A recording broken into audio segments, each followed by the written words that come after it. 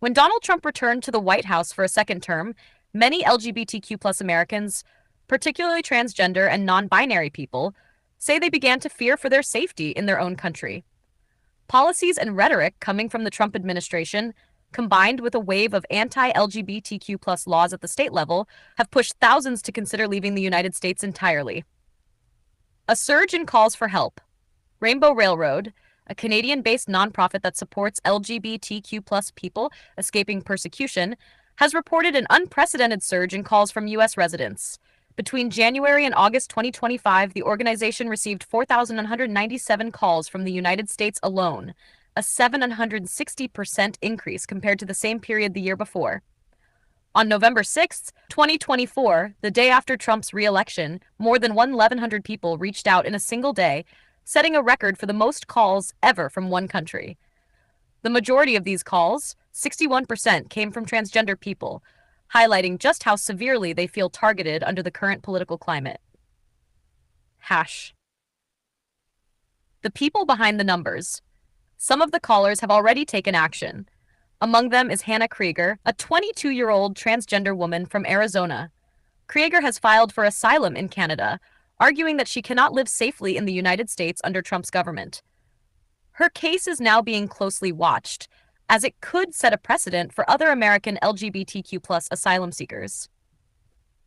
Another example is a non-binary artist from Minnesota who left the U.S. out of fear and sought protection in Canada. These personal stories illustrate the deep level of anxiety that LGBTQ plus people are feeling across the country. Canada sees rising U.S. asylum claims. Canada's Immigration and Refugee Board has reported a dramatic rise in asylum claims from Americans. In just the first 6 months of 2025, there were 245 claims, already surpassing the total for all of 2024. While American claims are rarely accepted, since the U.S. is considered a safe democratic country, officials are beginning to weigh new evidence that LGBTQ plus Americans face systemic discrimination and hostility. If cases like Krieger's succeed, it could open the door for more LGBTQ plus Americans to claim refugee status in Canada. The policy backdrop. The surge in fear and migration is directly tied to Trump's policies. His administration has reimposed a ban on transgender people serving in the military, directed federal agencies to recognize only two genders, rolled back protections for transgender medical care, ordered the removal of LGBTQ plus pride flags from government properties, supported states pushing over 600 anti-LGBTQ plus bills, ranging from restricting drag performances to banning gender-affirming care for minors. Critics argue that these policies and laws have created a hostile environment where LGBTQ people feel unsafe, unwelcome, and increasingly criminalized simply for existing. The challenge of seeking refuge. Despite the surge in applications, the path to asylum in Canada is far from guaranteed.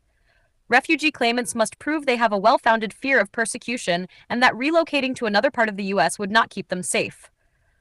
This internal flight alternative requirement makes it extremely difficult for Americans to qualify.